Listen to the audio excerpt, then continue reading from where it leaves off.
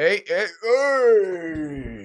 how is everyone doing tonight on this Friday? I'm doing, guess all right, I'll say. I don't know. Not really special. I don't know. Could be better, could be worse. Okay. Alright. Today is Friday Night Horror Stream, episode 3. I haven't done one of these in ages, so might as well do one, you know? Dude, holy shit. Whatever. Anyways, I don't think the last time I actually decently fit this shirt was 2019, I think. Damn. All right. Anyways, I'm getting ahead of myself. Today we're watching Scary Countdown 2. And for context, it's like the number 15 Burger King, those type of videos. We're gonna watch these. They're not probably gonna be, the main, you know what I mean. There's gonna be ones that differentiate, you know. And I know they're not scary; they're fake. Actually, it's just a bunch of clickbait. It's called nostalgia. All right, I'm gonna get nostalgic. All right, I used to watch the shit out of these when I was younger, so you know what? Let's experience some nostalgia. All right, let's get started. First one, scariest real videos of 10 years by Nuke's Top 15. Now, despite the name of this Oh my god. video, I would never tell you that these are 100% quote real ghost videos.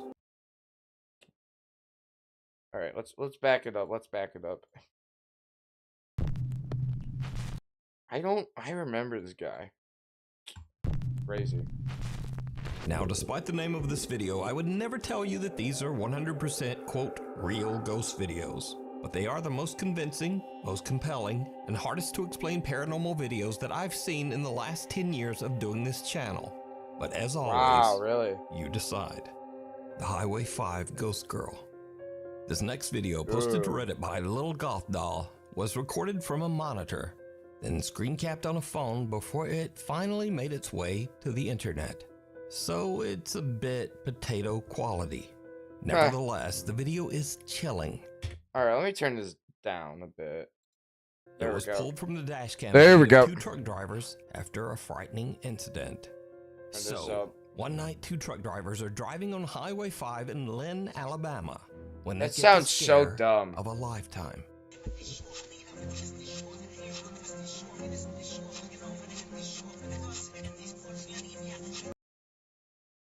that Kanye? I cannot tell. That sounds like Kanye.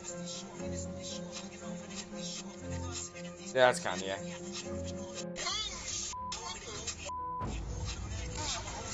The panic-stricken truck drivers You know what's crazy? Even though it said Alabama, I've honestly seen this. Like I don't know, something about, can't remember. I swear, it was either Pennsylvania. No, yeah, it had to be Pennsylvania or I don't know. I don't know. It was really late at night, and I couldn't fall asleep until 3. No, I don't know. It was, I can't remember. It was either my New York trip from last spring, or it was my 9th grade Disney trip. But this looks familiar for some reason. I don't know. It just reminds me of Georgia. I think that's what it was.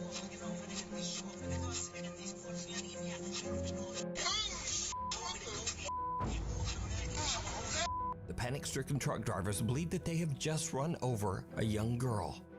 They pull over and call 911, but when they check the highway and the surrounding area along with arriving police, they don't find anything or anyone. There's just no one there. After the truck drivers request a viewing of the footage recorded that night on Highway 5, they are shocked. Just as they thought, there is in fact a girl in a long dress walking across the road, seemingly getting hit by their truck.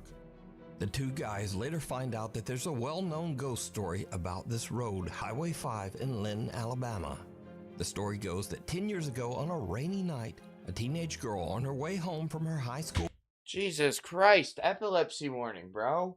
prom lost her life on the road after being hit by an Alright, hold on. I'm gonna do that. 18-wheeler.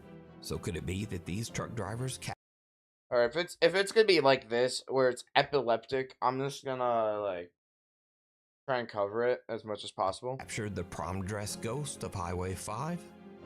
Either way, their reactions say that they saw the truck hit something. But as always, you decide. I don't know. Like, it looks real, but I don't know. Like, just this layout here, I don't know, something about it just makes me seem it's fake.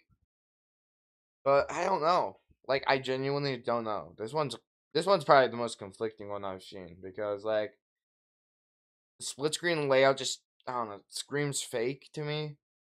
But as always, But you but that is really convincing After Effects work, if that decide. is fake. Like, that just looks real. I don't know. The feline Grim Reaper. Oscar the cat was adopted by the Steerhouse Nursing Home in Rhode Island when he was just a kitten, along with 5 other Aw. cats. The Yeah, dude, I don't want to watch this one. If it's a, no, I don't want to. No, we're skipping anything when it comes to the cat. I don't. No, we're not watching a cat. Anything with animals, we're skipping. All right. recorded this in an abandoned railway tunnel and asked for credit. Never post videos from it. The Thing in the Tunnel. This next video is from It's so easy to fake VHS, though. That's what I'll say. Like, you don't have to have the best After Effects. Like, you have to have good enough where it could be convincing if it's lower quality. But it doesn't have to be super duper perfect, because VHS filters can mask that over. So just keep that in mind. top 5 viewer Sophie, who sent this exclusively to me, never posted it on social media of any kind, and never even asked for credit. Stabilized footage, that's also a dead giveaway of possible alterations, because, like, normally your phone isn't gonna be stabilized like that, but I don't know. She says that her friend Laura recorded this in an abandoned railway tunnel in Hassel, Germany. The tunnel was built in 1890 and it was used extensively by German troops during World War II. So, Yeah, and use World War I footage. while on a weekend trip, Laura checks out the historic old abandoned rail tunnel. She's recording with her phone when she captures what is maybe one of the weirdest clips I've ever seen. Check it out. It's gonna be a boom.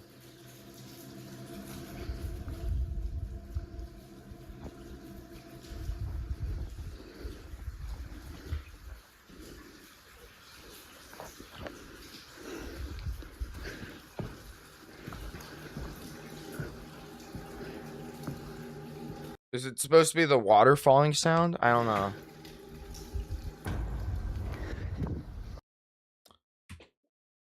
Analyze this frame by frame.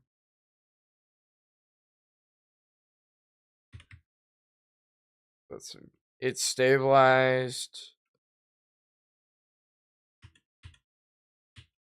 Disappears right there when it's gone. Yeah, it disappears when it turns. This shit is faker than fake, bro. You see that? That's fake, bro. That is 100% fake. That's good composition, but, like, still it's fake. I don't know. I don't believe that one at all. Something pale and thin can be seen rising Diamond Studios is back. from the tracks in front of Laura. This is so fake. This What is looks like not a real. Thin little arm. No shit. Yeah, no, it's fake, bro. Get out of here. CCTV recording captured at an undisclosed. I'm gonna skip ahead quite a bit through this one. I'm gonna like watch a few But actually, I'm gonna like see real or fake. Lab Let's play that doing game. a Real or sleep fake. apnea test. Sleep Alex says apnea? that a coworker shadowed female patients What? sleep. And then this happened. I'm going to start recording. Wait, hold on. Then this happened. I'm going to start recording.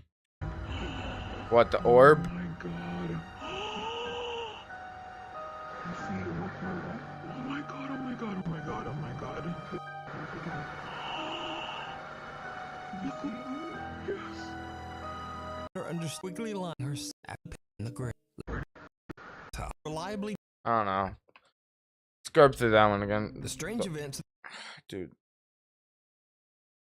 Alright, let's watch the more popular, like, spikes. Like, let's see here. merch. Now, of course, we have. Oh, it's an ad, of course, you dumbass. Alright, here, what's this? He saw something very strange happen to Right, Debbie, you need to come down here for a minute, please. Face has completely changed. Doesn't even look like a. That's fake, bro. Hold on.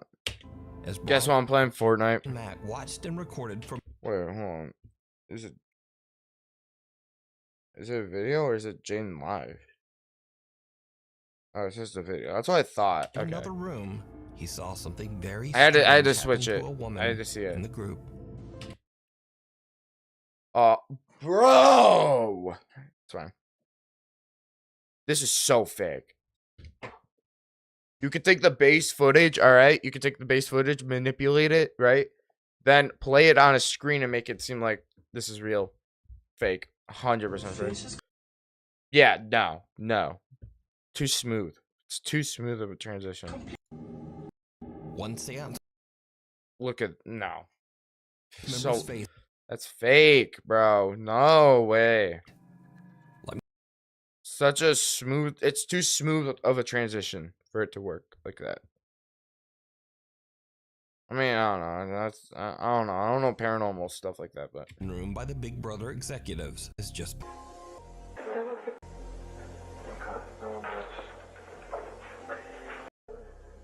past I don't like that one, bro. Nah, this one, morning news. bro. But she will never make it to the news station because Vivian herself becomes the tragic subject of the morning. See what? It's flashing lights, bro.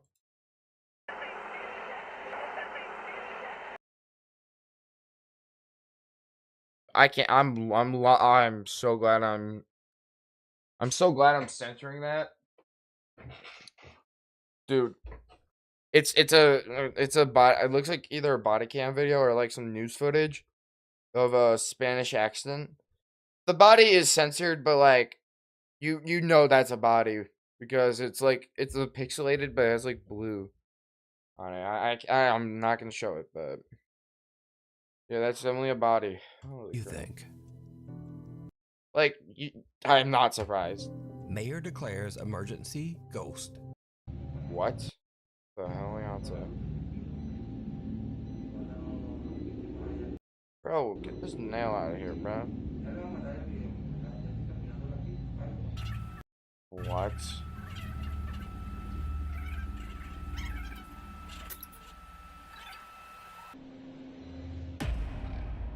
And that's so fake, bro.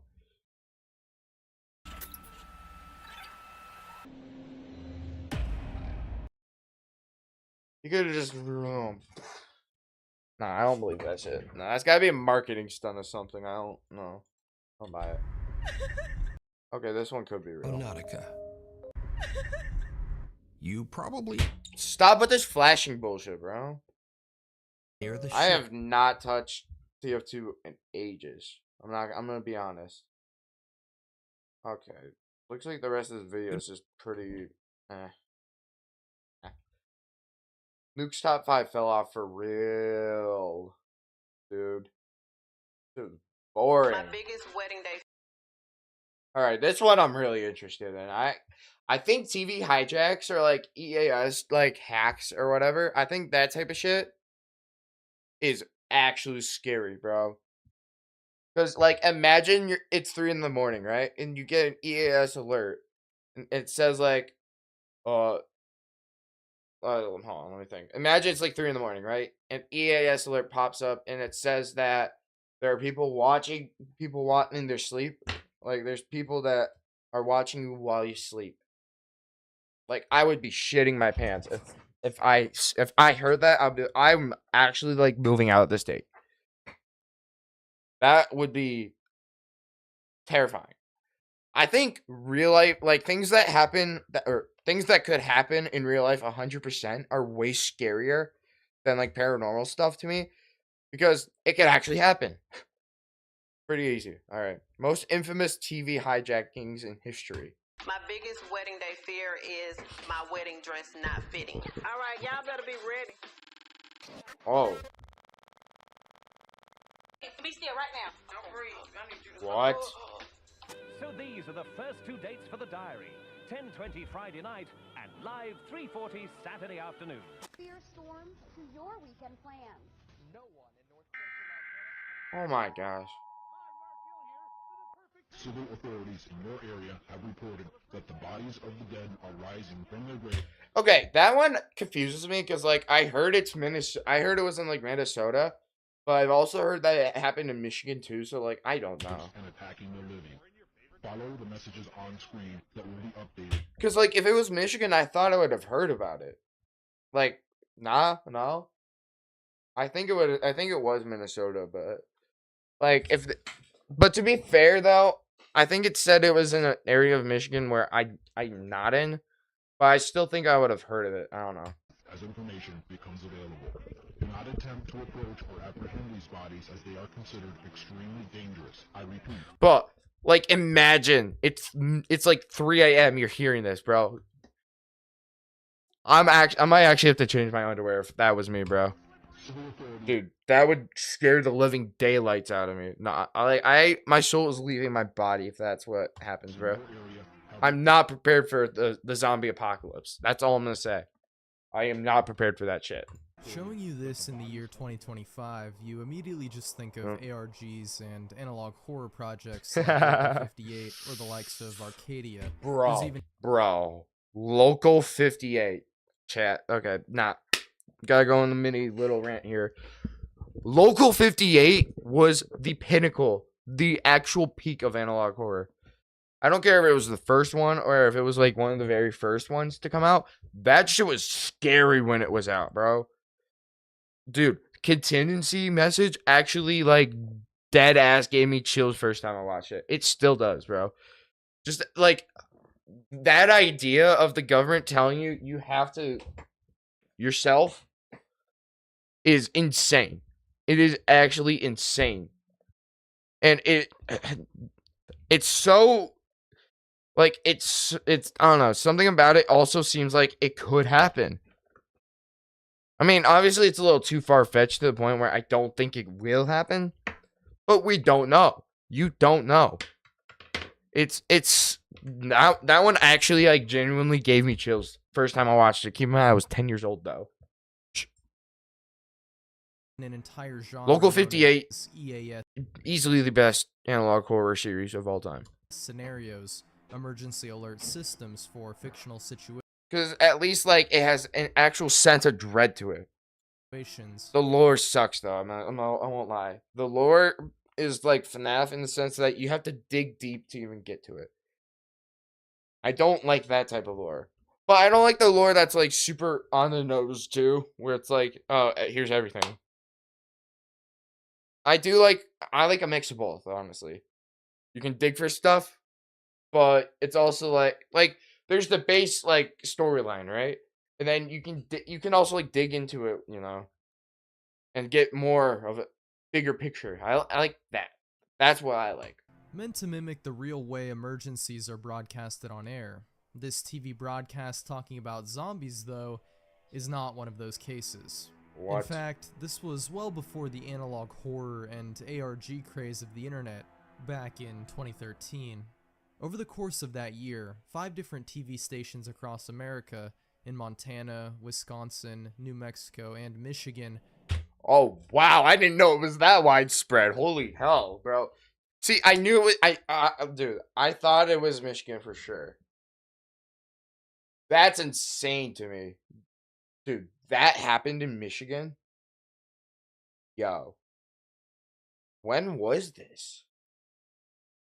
When was this? Were hijacked, each with a similar message about the dead Mexico and Michigan stations across America, each with a similar message about the dead Hold on. Hold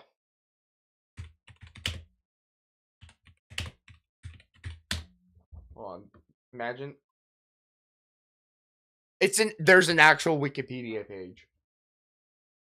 Yeah, that's crazy. Also, why Montana, Michigan, Wisconsin, and New Mexico?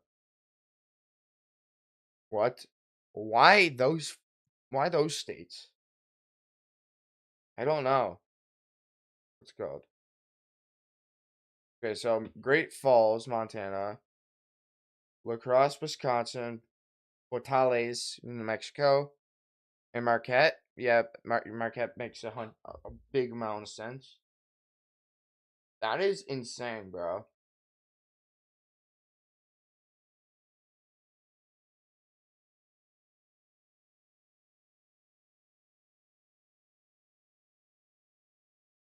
This is insane. Wait, when was it? Was 2013. How are you? I'm good. I'm good. 2013. No shit. Why I wouldn't hear about this? Because I was 5. I was 5 years old when this would have happened. rising and Yeah, that's attacking the crazy. living, all taking place on the same day, February 11th, 2013. The first of these. Oh no, actually, I would have been 4. I would have been 4. Wow. Okay.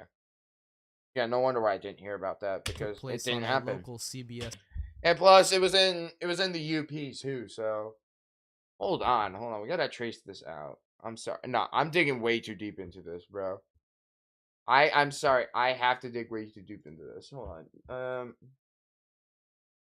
Okay, so crap. No, not what I want. Yeah, we can do U.S. map. Alright, here we go. U.S. So Marquette. Sorry, I have to dig deep into stupid shit that does not matter. So gotta get Montana here. Mexico. Okay, that's good. That's good enough. Next here. What does it say? Great Falls? Great Falls, Montana. Another one.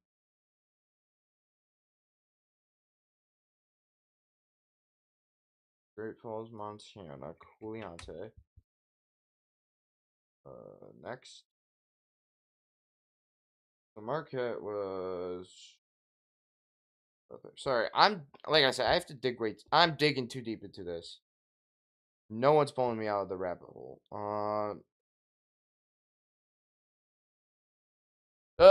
When curiosity gets the best of you, you screw everything up on stream. That's fun. Who cares though?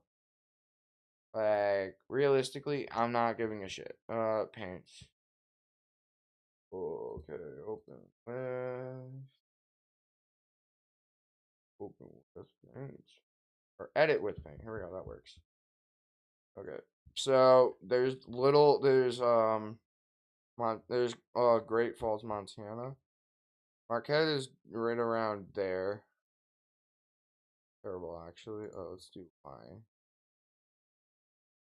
So we'll do that. Next we'll drop that little dot. There's gonna be some correlation here. What did it say? La Crosse? La Crosse? I'm just kidding. La Crosse.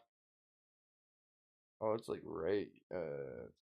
La Crosse, Middle Wisconsin, right next to Minneapolis. So like right around there. Cyber could check me on that. finally, what is it? Portales, New Mexico, right next to Texas. Yeah, like right around here, I think. All right, so now we gotta connect.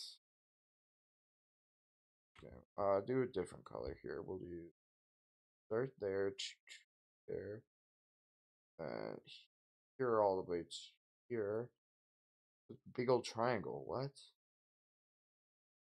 Dude, this is getting way too specific, bro.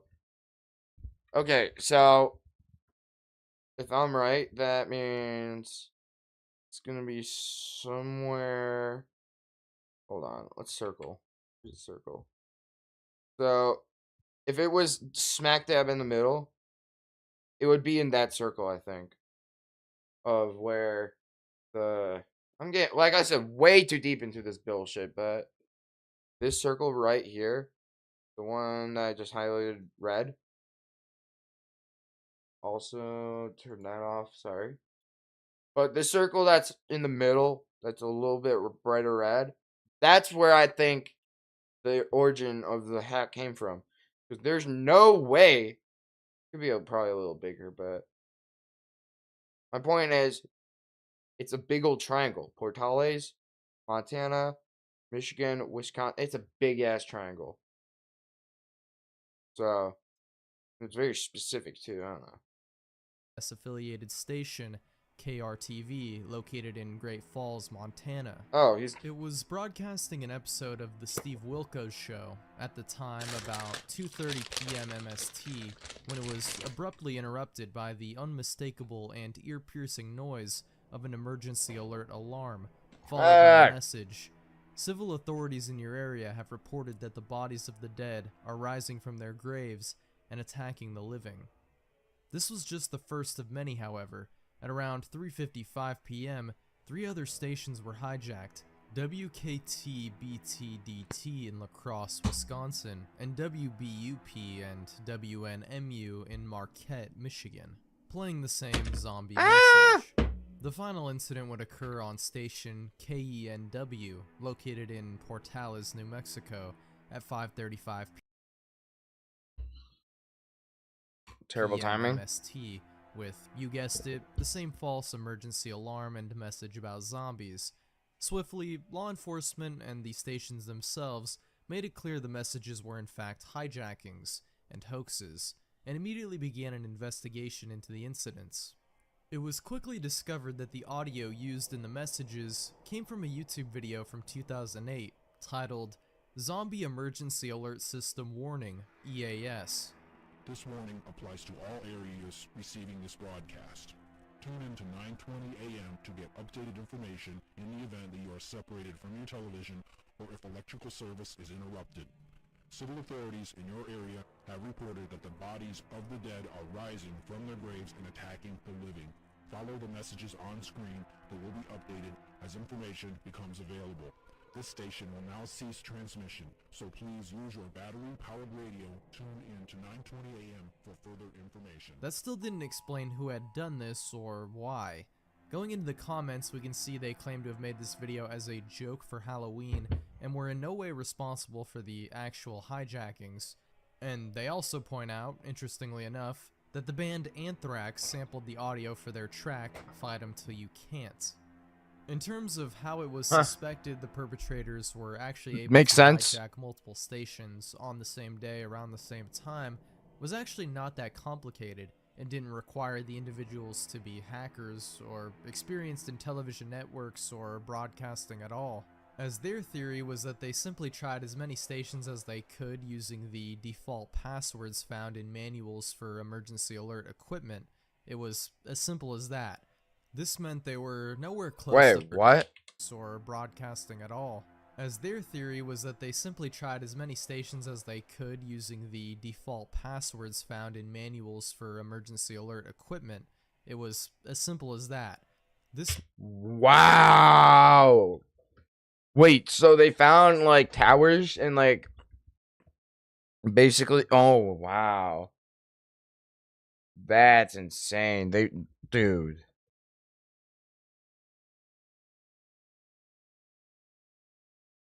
meant they were nowhere close to finding out who was responsible, and like a lot of other TV hijacking incidents, they never did. Following this though, the FCC and FEMA did their best to educate networks about the importance of cybersecurity and updated them on other loopholes and known vulnerabilities and exploits that could have been used to gain access to the systems. Strangely enough though, in February of 2017, a radio station was hijacked in Randolph County, Indiana, called WZZY, which played the same message, although it's unclear if the same individuals were involved or if this was just a copycat prankster. Either way, these are definitely some of the most prolific and interesting TV hijackings to have taken place in recent memory. Yeah.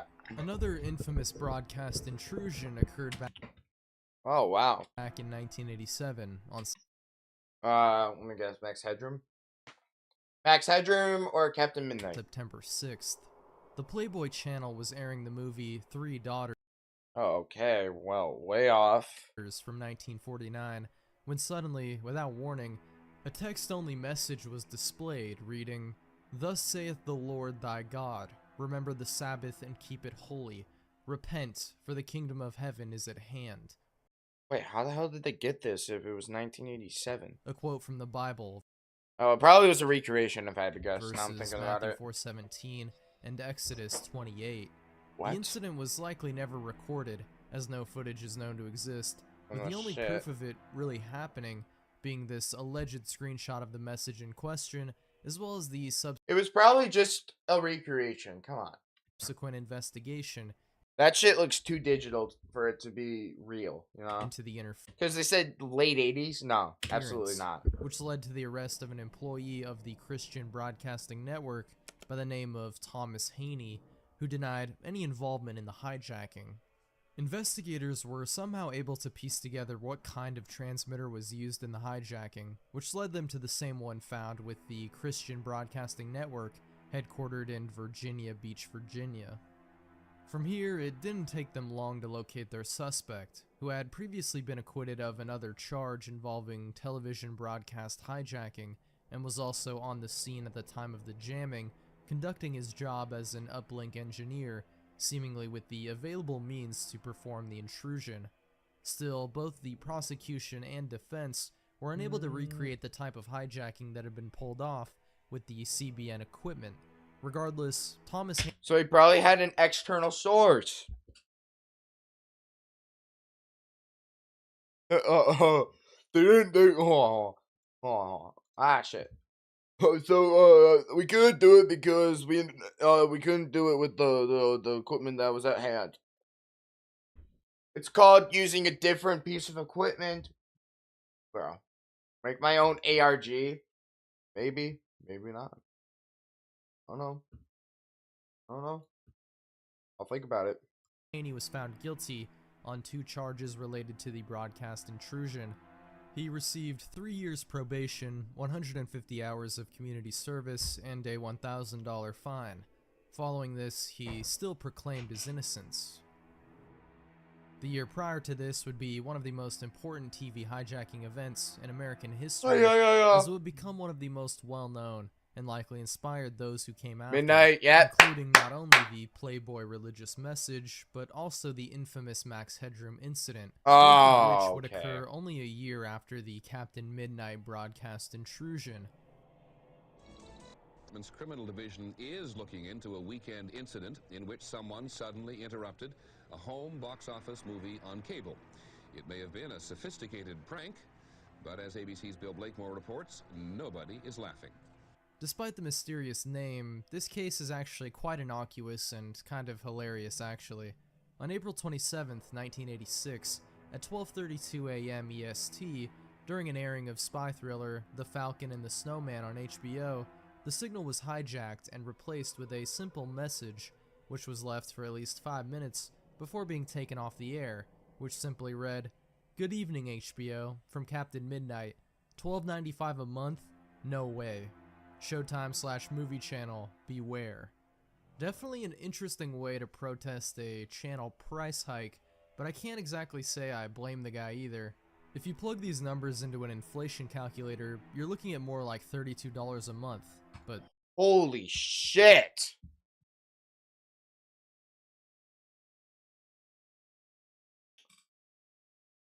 $32 a month for HBO. Dog. Yeah, that's crazy. It's not even worth it, bro. That's crazy. 30. That's like what? Hold on. Nah, now I have to do some math here. I know that's a 3,100% increase. But hold on. So 32.58 divided by 12.95. Dog, that's over 2.5 times the amount from 1986 that you'd be paying in 2025. That is insane. Then again, nowadays the HBO Max premium subscription is $20.99. You are actually looking really not that far off. Max premium subscription is $20.99 a month. So Jesus Christ, bro. HBO's gotta be super greedy, bro. It's gotta be, dude. I didn't realize how greedy they were, bro. Dog. But no, that makes sense though. Warner Brothers owns them, which I think Netflix owns Warner Brothers now. Jesus Christ, dude. We're living in a timeline for sure. Really not that far off. And if you bundle it with Hulu and Disney Plus, then you are actually looking at like $30. Although this $12.95 figure actually reflects the price that Dish owners would pay compared to cable, which at the time was the more affordable option. It seems this man also felt the same way about the pricing of other networks. For Dish? Like the satellite dish? Should I watch on Twitch or YouTube? Twitch has more features, but I don't know. I don't know how it's like on Twitch. But like I said, I could actually get money on Twitch now. I'm just kidding. Nah, I don't care. Whatever you want to do. Threatening both Showtime and the movie channel in the message as well. It wouldn't be long though until Captain Midnight would be identified. Unfortunately for John R. McDougal, he had been— Dude.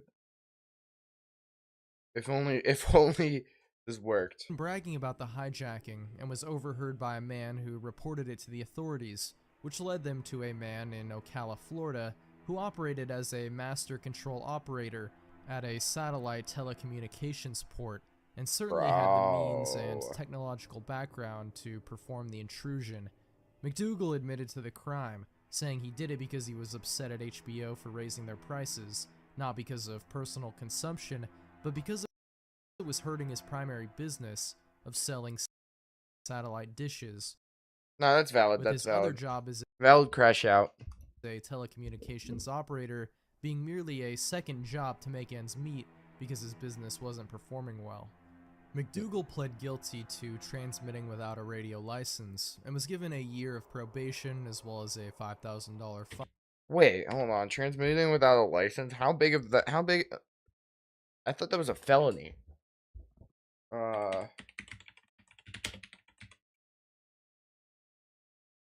Transmitting without a license. Let's see.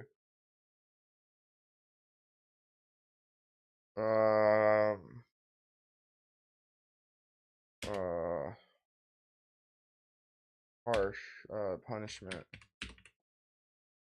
The punishment to transmit without a license. So big fines.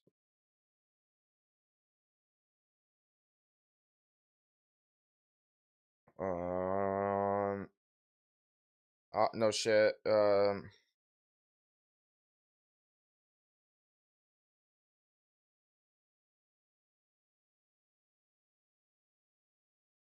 So it's a misdemeanor charge. Okay.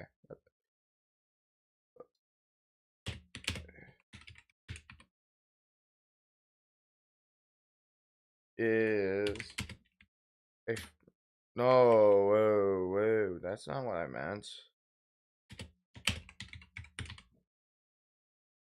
Felony or misdemeanor?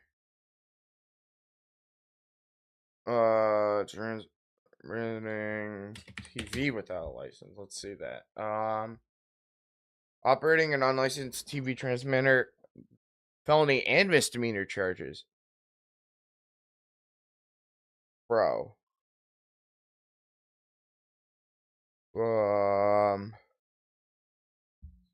So if you do it once, it's a misdemeanor, but if you do it more and more, it becomes a felony. I see. Fine. That makes sense. Since this was one of the first Valid. major cases involving a broadcast intrusion like this in the United States, it resulted in a revision to the United States Criminal Code, which made satellite jamming from this point on a felony. Still, Oh, that it's a wouldn't felony. exactly deter would-be TV pirates, and in fact, only emboldened them, showing that it was possible. Max They just Headroom. had to be more careful. Captain Midnight likely wouldn't have been identified either if he just kept his mouth shut. And if he was just one guy, think of what a competent group of engineers or hackers could do. And that brings us to the Max Headroom incident. Of course, everyone Here we saw go. this coming. No list of TV hijackings would be complete without it, even though everyone on the internet at this point has likely heard of it, especially if you've been following this channel for a while, as I did an entire deep dive into just this one incident, which can be found here. I won't go too depth into this one, as many people have already heard it, obviously, and it's kind of been done to death Sorry. at this point.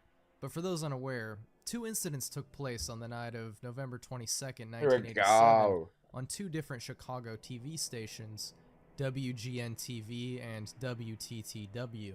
Yep. The first of which took place at about 9 p.m. when a newscast covering sports was interrupted by the unidentified man in the Max Headroom mask, which was only displayed for less than 30 seconds, before cutting back to a confused newscaster. Had to be on a prank, bro. I don't think they did that seriously. Well, if you're wondering what's happened, so am I. Actually, the computer that we have running our news from time to time took off and went wild. So what we're going to do is start over from the top of the Bears and tell you once again about the 30-10 victory they had. Just kidding, I'm kidding. over Detroit today out at Soldier Field. This is the lesser-known incident, as the only sound audible during this brief interruption was a piercing buzzing noise. The second incident is what would make this signal hijacking the most infamous in history, Yep. and still one of the great television mysteries yet to be solved. About 2 hours later, an episode of Doctor Who was airing on WTTW, Here we which go. was hijacked by the pirates, and with no one available at the transmitter tower able to stop them, this interruption went on for about 1 minute and 30 seconds. Hold on. The background doesn't. It doesn't look like they're tilting the camera like this. You wanna know? Because look. And while the audio and visuals are distorted, the man in the Max Headroom No, the background's rotating. Because right here, nothing moves. They're in a warehouse or something. Bro, did I just crack something big, bro? Because look, mask is able to speak to the camera and the audience, although it's hard to make sense of what like, I always thought it was the camera that was he's rotating. saying, and at Or the was best some sort of like green screen work. No. of times hard to articulate No, this thing's rotating. Everything else is staying still. what he's even trying to convey Hold on. here. Wait, go back. Hold on. Not a great Convey shot. here, Not a great shot. referencing New Coke's slogan advertised by the Hey, go back. Yeah, that's a warehouse. Tell me that's not a warehouse, and you're freaking lying, bro. That is some sort of abandoned warehouse. Because there is no way they have that much space real in the Max back. Headroom, as well as humming the song of the TV series Clutch Cargo, making references to a sportscaster known as Chuck Swirsky and the network WGN. Hold on, nah. I might have actually just helped solve a case, bro. I mean, these guys are probably dead, or at least like really old. Which he called But World. like, that's a warehouse. That is an abandoned warehouse. Wow. Wait, so now I got a theory. Now I got a big theory. This is gonna sound either really stupid or smart, because this was in an abandoned warehouse. And they said that the hijackings were in Chicago. I wonder if these guys were in Gary, Indiana. Bro, I'm either smart or stupid for saying that. But I'm not wrong, because it fits. Gary, Indiana is a decent drive away from Chicago. So I think it would work out.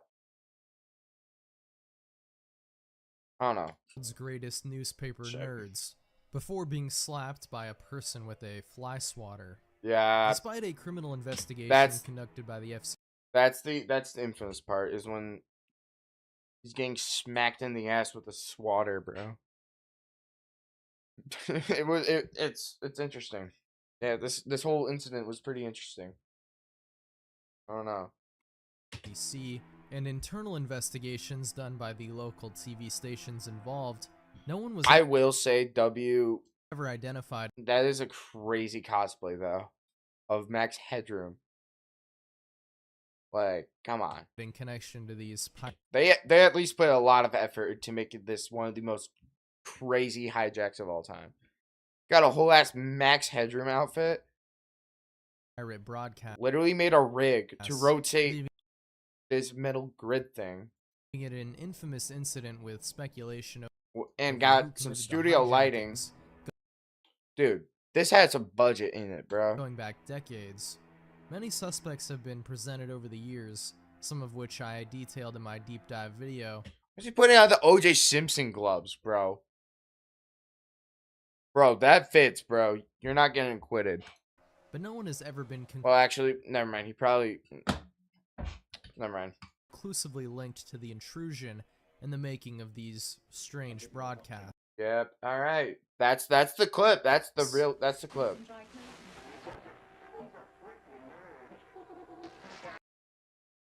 I thought they were actually gonna show his ass for a second. But yeah, that's the clip where Headroom's getting slapped in the butt. Yeah.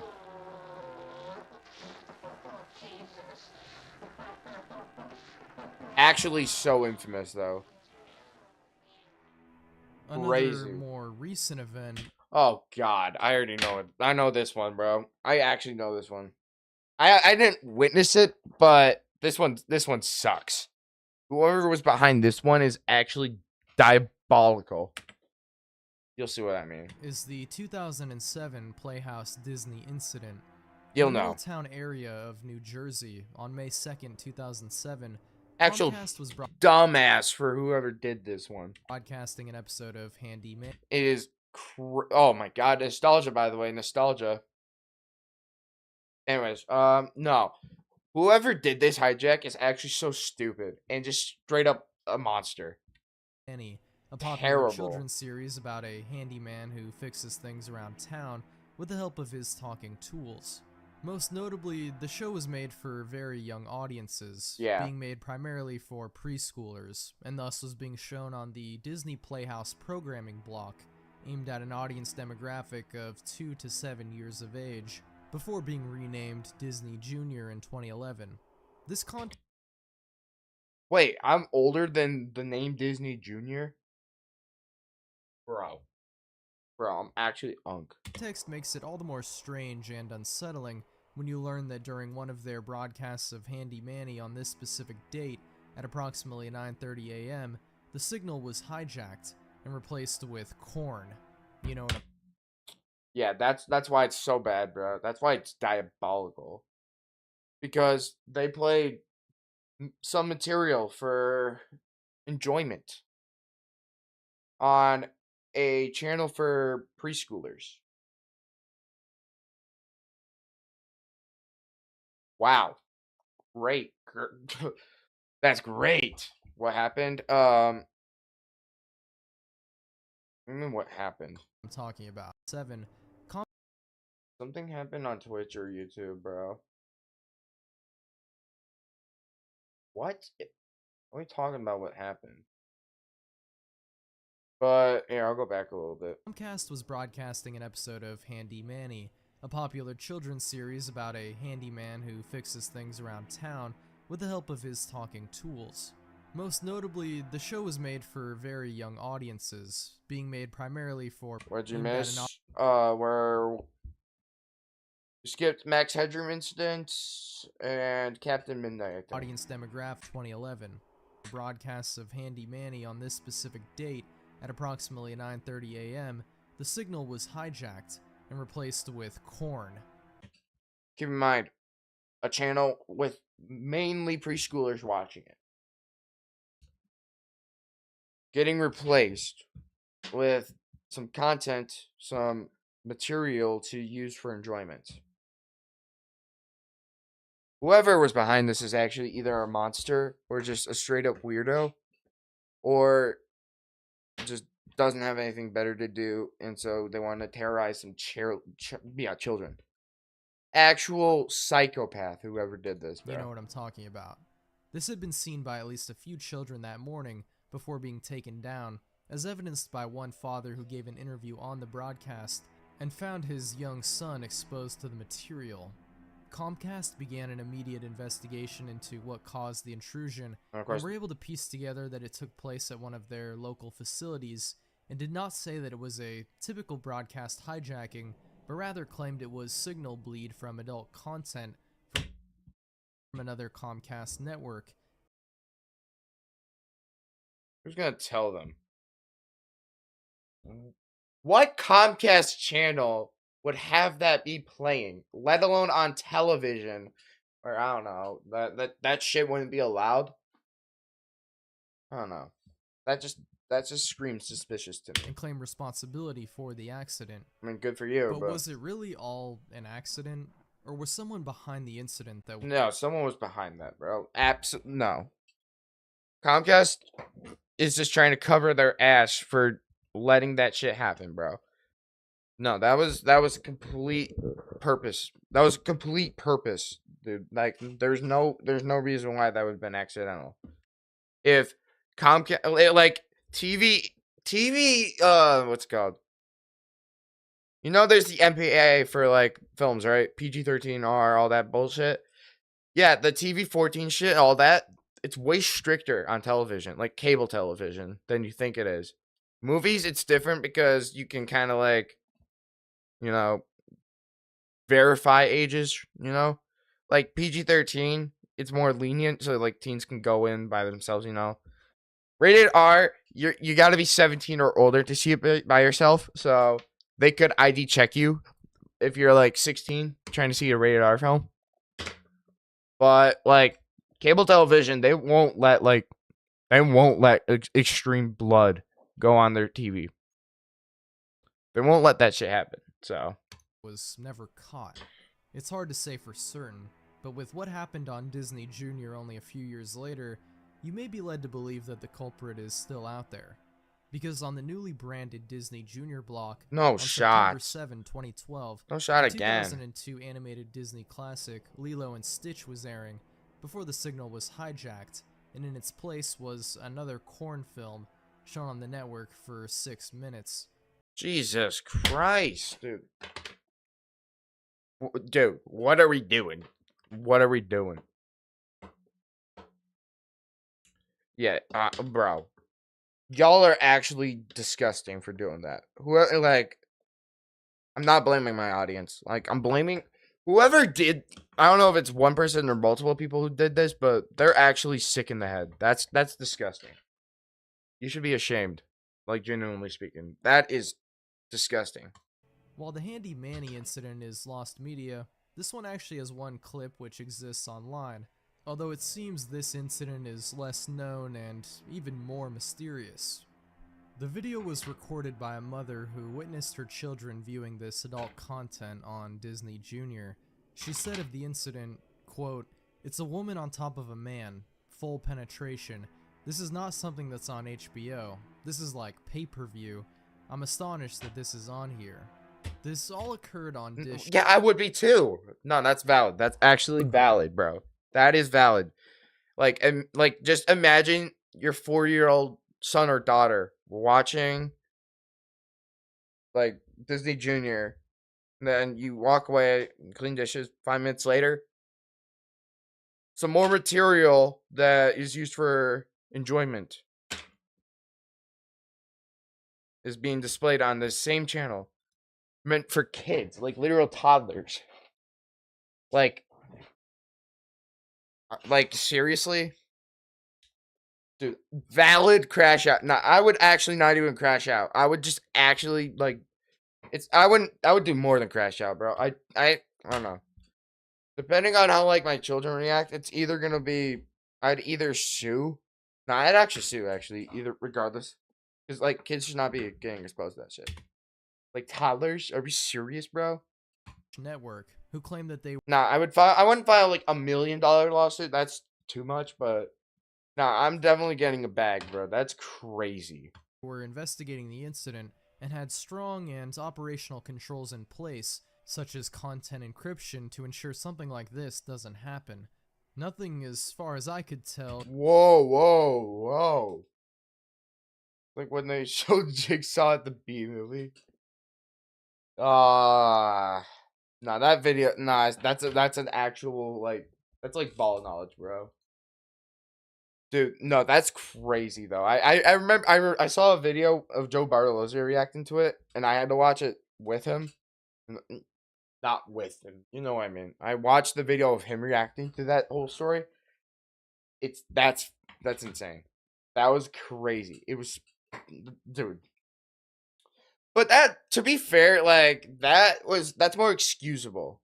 That's a little more excusable because, like, with Jigsaw, at least like the parents were with the kids in the sense that like, oh, they didn't predict it, but they were still able to cover the eyes, you know? Like that's a little more like excusable. But like this, some parents probably weren't even in the room at all. So like they didn't know what was going on, you know? Until they walked in. That's why this is worse. Because you could be in the entirely different area of the house, and you wouldn't know that would be playing.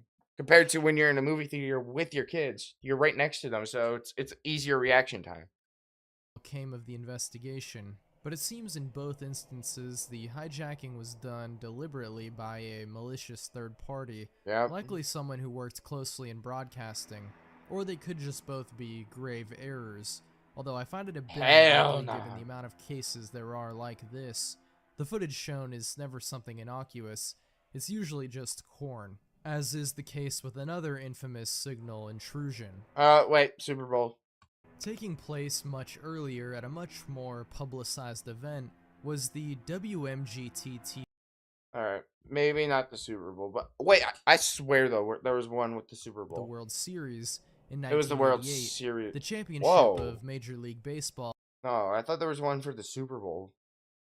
Okay, I might be stupid. Between the Oakland Athletics and Los Angeles Dodgers on October 15th, 1988.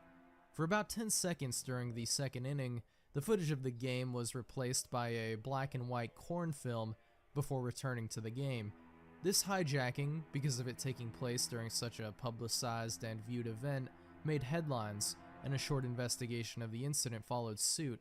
According to the station manager, it was all a mistake, done by a technician who remains unidentified but was fired following the incident, claiming they had accidentally used the wrong switch on the master control panel, cutting.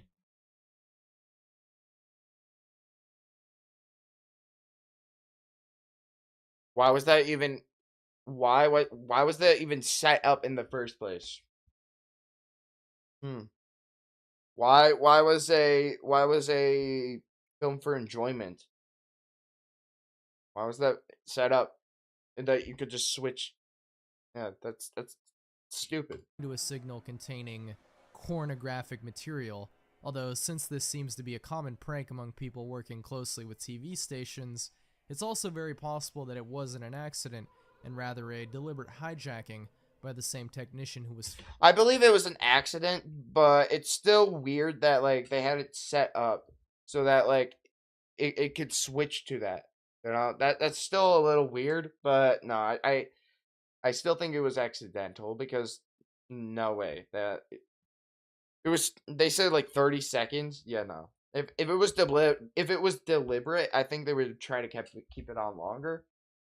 I think it was accidental, but it's still weird to have that video being toggleable, you know. Fired, although no charges ended up being filed, and the case was quickly shut. Back in 1985, before even the infamous Captain Midnight or Max Headroom incidents, there was a hijacking that took place in Poland, and is just one of the many politically motivated TV hijackings which have occurred around the world. This one being so early is simply one of the most notable incidents. Government programs airing in the town of Torun in Poland, including a broadcast of an episode of the police. Oh, this was during Cold War time, so this is gonna be something with the Soviet Union, let me guess. Procedural series 07 Come In were hijacked by a group supporting the Solidarity Movement, also called the Independent Self-Governing Trade Union, with messages directed towards the people superimposed in, such as, quote, enough price increases, lies, and repressions, as well as, it is our duty to boycott the election, in reference to the 1985 Polish parliamentary election, which was going to be held just about a month from then, on October 13th, 1985. Those goddamn the perpetrators communists behind these messages were eventually identified. I don't care. No, that's valid. Because what's it called? The communists were still, or the, I don't know if it was a communist or socialist, but like regardless, like it was still a satellite state of the Soviet Union at this time. So very valid crash out because they wanted better, simply. As 4 astronomers at the University of Torun, where they used an 8-bit home computer system known as the ZX Spectrum alongside a transmitter to put the messages over the broadcast. It was that simple? Dog. Well, no, that does not look simple, but you know what I mean. Like, they had that's all they needed to get into television? In that case, it's over, bro. Like, in that case, they had no security measures at all. Yeah, they were cooked, bro. Due to the high-profile nature of the case, as well as the good reputation of the men in the scientific community, as well as academia, they were only given sentences involving probation and a small fine. Fair. The same cannot be said, however, of the next group of hijackers. Oh, boy. Falun Gong is a religious movement founded pretty recently in China in the 1990s. Oh, boy. I think I already know where this is gonna go. I think I already know it's gonna go. By their leader, Li Hongzhi. Critics describe it as a cult with controversial beliefs, such as having anti-evolutionary views and anti-evolution. That, man. Sorry, I'm learning new terms here.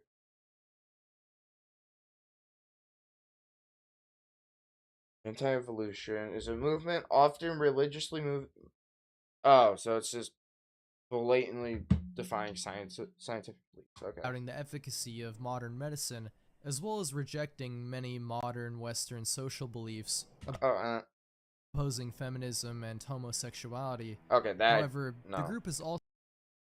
I could understand the medicine one a little bit because there's not just a tad bit, you know. Like there is some things that, like just no, you know, we're not even gonna go there, but that one I can understand a little bit, but rejecting like scientific belief, whatever. We're not even gonna get into this discussion. Also been the subject of persecution in China involving conversion therapies, covered up deaths, and even allegedly organ harvesting. The cover up death, yeah, that's not good. I think this is gonna be a situation where like both parties are not good at all. Or I think both parties are bad people. Side one bad, side bad, or side one bad, side two also bad. I think it's gonna be that type of situation. Most people have heard of the unless this so-called cult. And I don't know. I'm not gonna make that 100% true or false because I don't know much about this group at all. But what I will say is, if the group if the, let's say, if the religion, if they were not very violent, in that case, probably going to lean more towards the governmental side of things, but who knows? Let's just see where this goes. 1989 Tiananmen Square protest and subsequent massacre, but less well known is the 2001 Tiananmen Square self-immolation incident.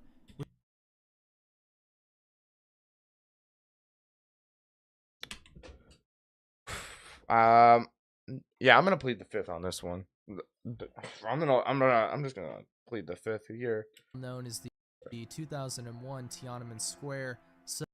That photo is photoshopped. I know. Guys, you know that photo right there, the guy with the tank. that's photoshopped. I don't know what to say. It just that looks AI generated, if you ask me. I mean, I don't know. It's self-immolation incident, which occurred on Chinese New Year's movement and the January 23rd, 2001. Following the ban of the religious movement and the subsequent persecution by the Chinese government, 5 people that have been claimed to be members of the movement lit themselves on fire to ostensibly protest this treatment of their group. Dude, that reminds me of that. That's crazy, dude. It reminds me of the monk, who was, I don't remember if they were protesting against Vietnam, or I think they were protesting against the government that was very much oppressing monks at the time.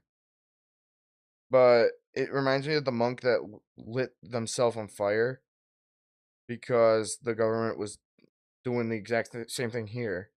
It wasn't Chinese monk though. I think it was Vietnam or Cambodia, one of the two. I think. I don't know. Although information on this event remains quite vague and muddied, with people. Well, because claiming that the people were not actually members of the group. I don't know what the event was staged. Given this kind of self-harm and violence is not permitted within the group. Either way, it seems the Chinese government took this as an example of their group being violent and only pushed harder on their campaign against them. To correct any misunderstandings about this incident, a group within the Falun Gong on February 16, 2002 hijacked TV stations in Anshan, China, and later on in March, additional TV stations in neighboring cities to spread word of their persecution by the government. Later that year, 15 people were arrested in connection to the hijackings, following one final transmission intrusion occurring on September 9th, which targeted national satellite TV. Convicted members were given sentences of up to 20 years in prison for their part in the hijackings. Wow. Before this, however, before even Captain Midnight, Max Headroom, even before the TV Solidarity incident, one of the most mysterious and strange broadcast intrusions ever recorded would occur back in November of 1977. Oh, this is the voice of Merlin. During a news summary presented by Andrew Gardner on the evening of November 26th at 5:10 p.m., the audio of the broadcast was replaced following a strange buzzing noise, leaving about 6 minutes of audio behind of a person claiming to be an alien named Vrillon from the Ashtar Galactic Federation. What's the OG video? The most infamous TV hijackings in history? This video is really good though. Who made this? Source Brew W video. Warning of a new age of Aquarius, a great awakening, whatever that is supposed to mean.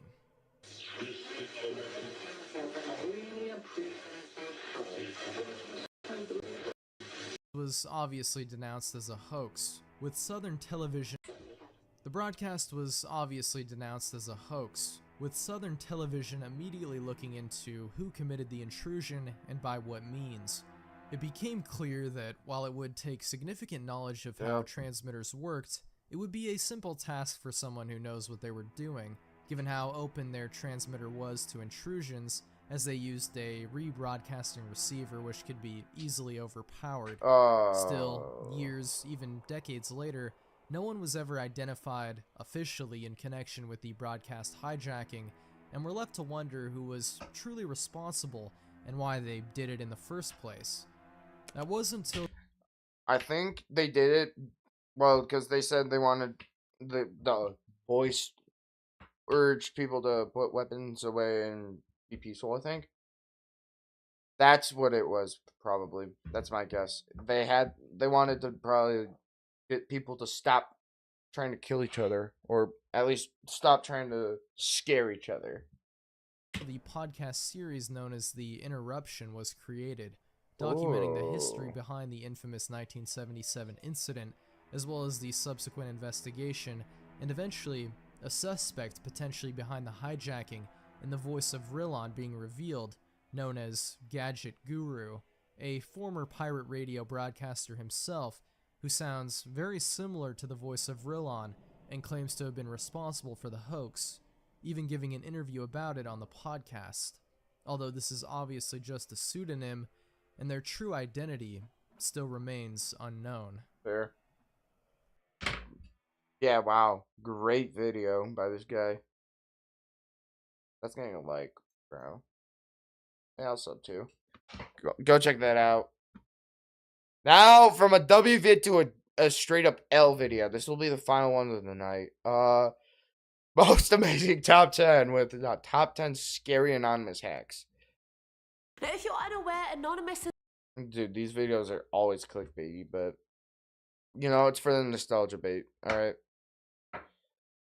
Before I get into that, though, I will say another one of the... Dude, I was petrified when I was younger about, hacks on my shit, bro. Like, I would always think that people would be watching me on my PC, on my Mac, right here. That they would be watching me while I'm sleeping. And so, like, I literally taped my camera, shut at night, dude. It was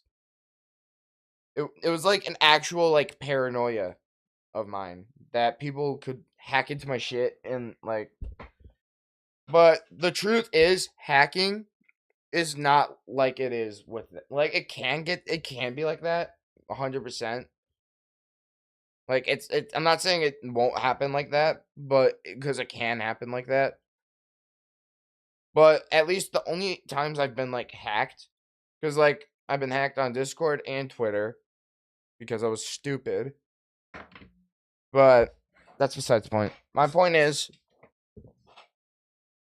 usually when it's hacks, I've never been hacked on a device, though. I think I've gotten, like, viruses, but, like, ones that didn't really do too much damage, you know? But what I'm saying is, hacks usually aren't, like, that big. If anything. Because, like, the Discord hack, for example, for me, it was a link. Free Nitro. Ooh. Keep in mind, I was, like, 11. Nitro, you say. Click. Gone. Account. Mass spamming the link. And it gets flagged by Discord. Can't access it, so I make a new account. By the way, I got my access back on that account. I actually somehow managed to revive that account. But no, that's usually what happens. Is it's like a spam. It's a link that takes your info and then just mass spams it and just causes a bunch of dumb shit to happen. That's usually what happens when your account gets hacked. Yes, I changed my password, by the way. I wasn't that stupid. But still, hacking is scary, but not to the... at least from what I see, or at least what happened to me, it's never, like, stealing your, like, camera video scary. Alright, let's watch this, though. Now, if you're unaware, Anonymous is an international hacktivist movement that has launched many cyber attacks against several governments, their agencies, and their institutes. Honestly, I don't mind Anonymous.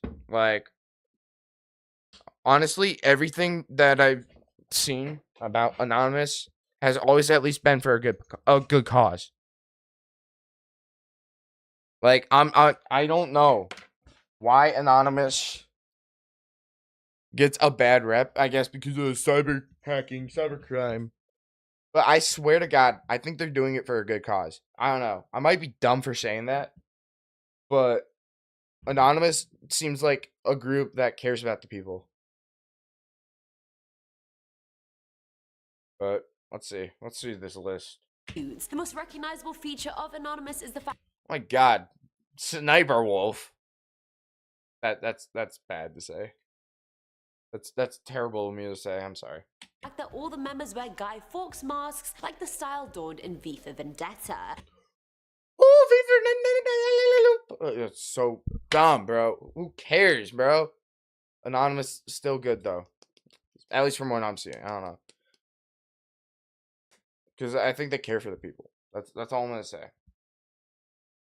The group originated in 2003 and act as a decentralized community working towards anti-cyber surveillance and censorship. Yes, thank you. Where are they when what's it called? Where's Anonymous when we're dealing with AI, age verification, social media bans in Australia? Where are they when we need them now? They're probably still relevant. I don't know. I hope they are, because I will be. I don't know. I'm just gonna shout out. What's up, you guys? Hope you're having an awesome day. I'm your host, Eamon Hassan, and welcome back to another video. I personally love everything they stand for. I think it's a very cool concept, and I like how they're going about their goal. Today, we are cracking down on the top 10 scary anonymous hacks. I feel like Mr. Robot right now. Minus the coke. Starting us off at number 10 is HB Gary Bar Part 1, February 2011. So the host agrees with me, at least. I do think they're good in the sense that they care for the people, and that their messages are for positivity, in the sense that we shouldn't be censored. We shouldn't have to deal with surveillance and all this bullshit. No, I think that's genuinely good for not only the world, but us as a society too. Just generally speaking, human. This is known as perhaps the group's strongest attack to date. For some backstory, Really? HB Gary Bar is a subsidiary of Mantech International, a company that does technology security. In 2010, the CEO... Though I will say, there still should be cybersecurity stuff, though. I will say that. I don't think tech security should not be a thing. I'm not gonna say that. It definitely should, because without it, like, millions of people could access things that they shouldn't be able to access. But I will say, though, Anonymous still stands for the people, and I agree with that. CEO Aaron Barr claimed he could exploit social media for information on the hackers. Then in 2011, he claimed he had infiltrated Anonymous and that he was going to reveal the identities of Anonymous members and sell it to the FBI. Big mistake, big mistake. That did not go down well with our masked hacktivists, and so they compromised the HB Gary website and replaced their homepage with a letter which included this. You brought this upon yourself. You tried to bite at the anonymous hand, and now the anonymous hand is slapping you in the face. I love that. Sassy. Now, the group also publicly posted over 68,000 private documents and emails, and as the cherry on top, they also took over Aaron's Twitter account. Oh, but wait, it gets juicier. Coming in at number 9 is HB Gary Bar Part 2. Upon reading those documents, the group uncovered the fact that HB Gary Federal was hired by Bank of America to respond to WikiLeaks' plan to release the bank's internal documents. It was also found out that the US Chamber of Commerce had hired the firm to discredit and spy on liberal groups and unions. Oh, wow. Hold on now. That's crazy. That's actually crazy. Feels too relevant. Evil really runs deep with this one. Anonymous's attack thoroughly damaged the company's PR, and several other businesses decided to distance themselves from HB Gary and HB Gary Federal. HB Gary Inc., another subsidiary of the company, actually worked with Anonymous, and President Penny Levy distanced the company from HB Gary Federal and confirmed that they were very much separate. Like, please don't attack our websites. The Chamber of Commerce completely denied hiring the firm. Palantir and Berico Gems.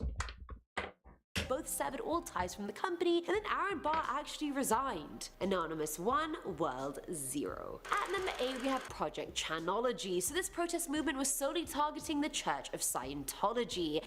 Oh God. Now I gotta really plead the fifth. I'm actually pleading the fifth here. I've done my fair share of research on the church, and it is beyond corrupt. It's a money-making pyramid scheme that brainwashes you into believing an ideology taken from sci-fi novels. I'm pleading the fifth. I'm pleading the fifth. If I say anything, I'm pleading the fifth. That's all I'm gonna say. I can't say anything. The war between the two groups started in 2008 when the church tried to remove a Tom Cruise interview from the web. It was honestly an embarrassment. He was saying shit like Scientologists are the only people that can help addicts off their drugs and the only people that can help you after a car accident. I mean, ever heard of an EMT, Tom Cruise? Didn't think so. The project began with Anonymous launching denial of service attacks, meaning taking down the church's websites, making them unavailable, and flooding the call centers with utter bullshit.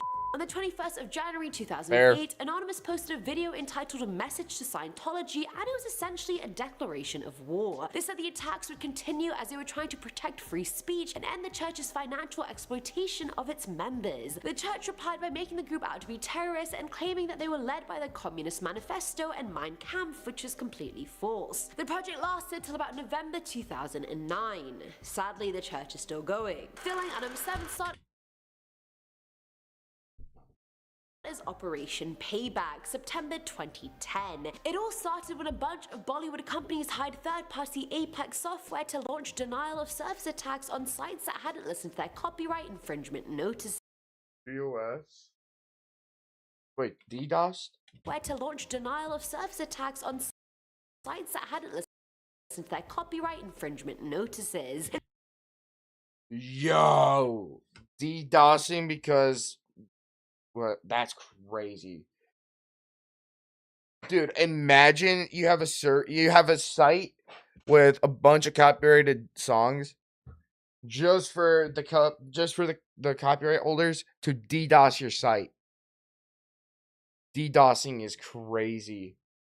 Isn't that illegal too, technically speaking? That's crazy. Side attack Operation Payback was launched with the aim being to take down Apex software directly, but hours before the attack, another individual had already taken them down single-handedly, which, I mean, props, dude. They then changed the operation by deciding to attack other big anti-copyright infringement organizations like the Motion Picture Association of America, Ministry of Sound, BMI, the Recording Industry Association of America, and they also went after law firms that prosecuted copyright infringement like ACS Law. Another example is when the Association of Audiovisual Commerce of Portugal filed a major complaint against Pirate Bay since the site is responsible for 15 million illegal downloads in Portugal annually. Either way, the complaint went through the Ministry of Culture, and the plan was to install Pirate Bay blocks on all ISPs. In response, Anonymous defaced the hell out of ACAPOR's website and redirected the site to Pirate Bay, which is actually kind of funny. They also Nah, that's good. That's good. That's funny, actually. Yeah, I agree. Redirecting a copyright holder's song or redirecting a copyright holder's site just to a piracy site is golden, bro. Do you like water? No, I'm just kidding. I love water, bro. I will prove to you how much I love water. Let's do this. Give me a second now. Ah, shit, I forgot. You're gonna get a crusty dusty. Alright. But I thought I could.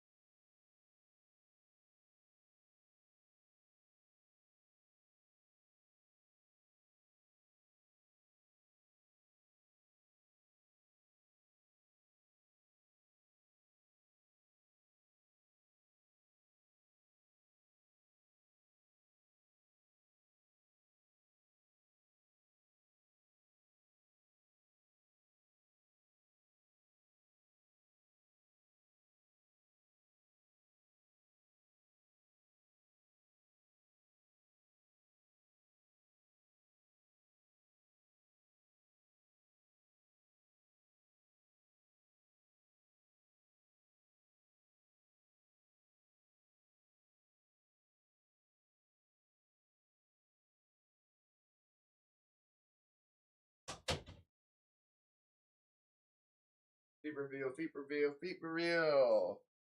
Why is there a whiteboard here? It's called a projector screen. I don't know if you can see, but this shit is like filled with water. And I will be chugging it all.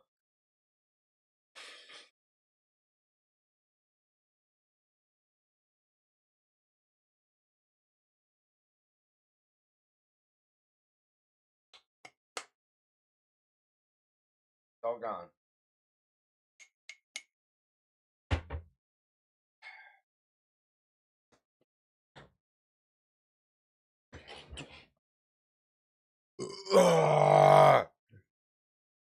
I thought that was going to be more dramatic. Sorry. I almost just disconnected the camera. Alright, let's continue. Bunch of the company's emails revealing their dissatisfaction with the Portuguese government and justice system.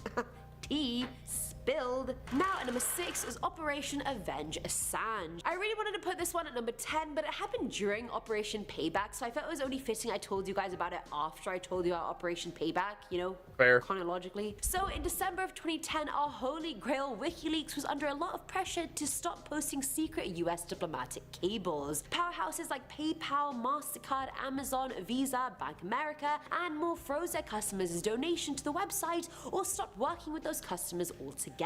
Anonymous was like, absolutely not, and redirected their Operation Payback activities to those aforementioned companies. They brought down the Visa and MasterCard websites. The next day, they launched denial of service attacks on PayPal, which made them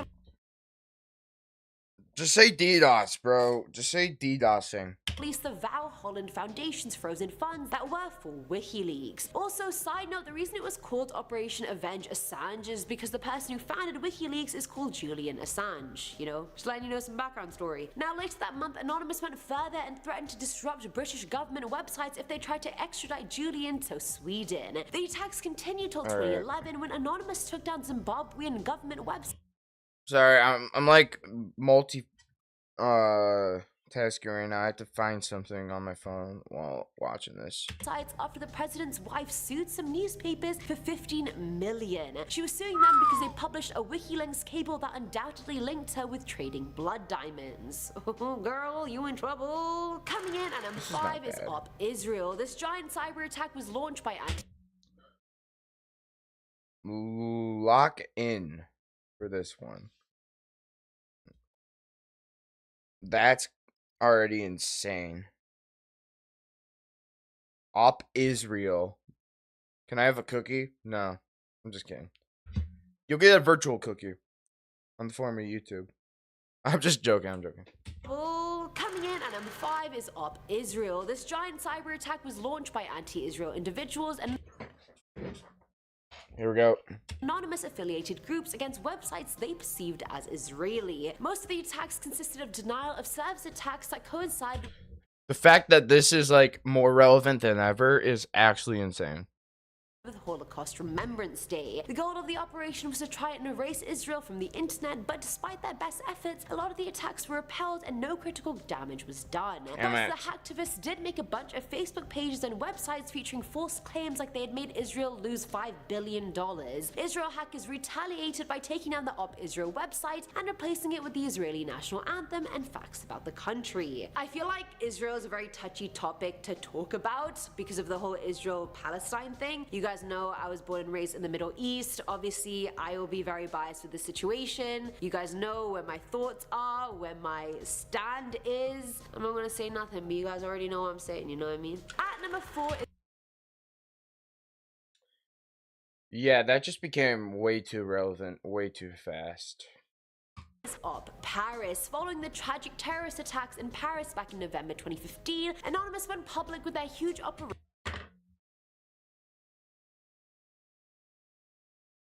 Censor it, god damn. Oh my god, dude. Against ISIS. Their announcement included this. Dude. I'm sorry that dude. That was not intentional. Anonymous from all over the world will hunt you down. You should know that we will find. I mean, this is. What? Alright. Well, actually, I'm gonna end stream pretty soon. Okay, no one cares about. I'm sorry. I'm not gonna. Get So into remember that. back in August. Holy schmoly, though. Actually, I'm just gonna end stream now. I think we've watched enough. I'm sorry that that got shown. That they should have censored that. I'm not even gonna lie, but yeah, thank you guys for watching today's stream. I'll see you guys next time.